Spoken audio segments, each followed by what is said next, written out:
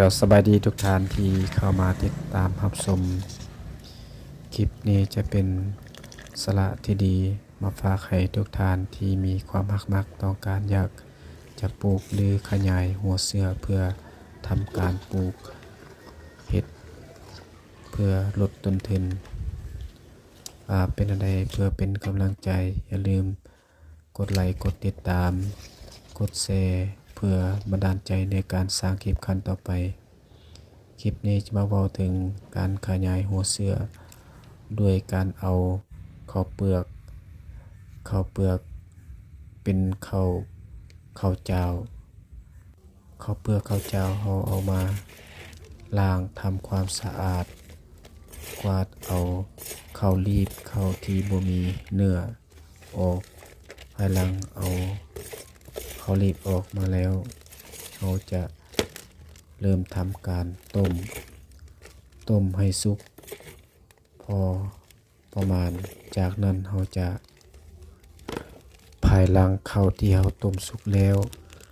เราจะเทใส่ตะกร้าเพื่อให้เสด็จน้ำสะก่อนเมื่อเสด็จน้ำแล้วเราจะให้ใส่ถุงยางบรรจุเข้าถุงยางหลังจากบรรจุเข้าถุงยางเราจะเริ่ม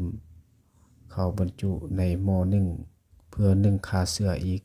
ครั้งที่สองภายหลังนึ่งขาเสือแล้วเราจะเก็บเมียนไว้ที่พวกเขาจะรักษาไว้ให้มันมีความเย็นสะก่อนหลังจากมันเย็นตัวแล้วเราจะเริ่มขยายหัวเสือด้วยข้าวฟางที่เราซื้อมาขยายใส่ข้าวเปลือกเป็นการต่อยอดให้การขยายการปลูก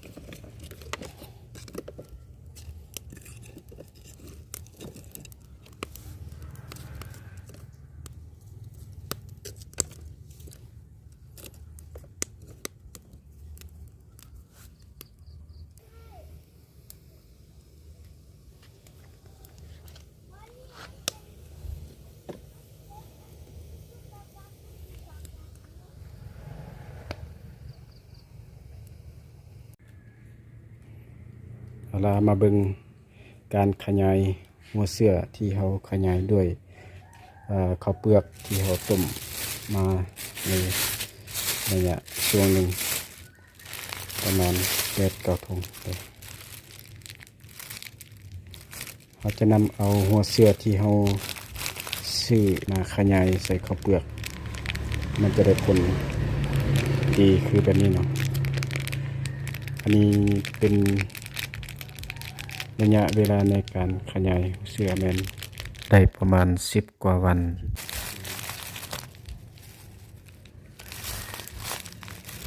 ทุกวันหัวเสือกำลังเดินเราจะรอจนกว่ามันจะลามจนขาวหมดจึงสามารถไปปลูกใส่ถุงหัวเสือที่เราจะปลูก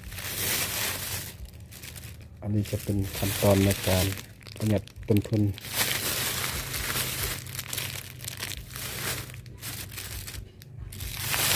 มาพาเบิ่งว่าการขยายตัวของเสือเห็ดมันจะหลายน้อยสันใดขั้นตอนต่อไป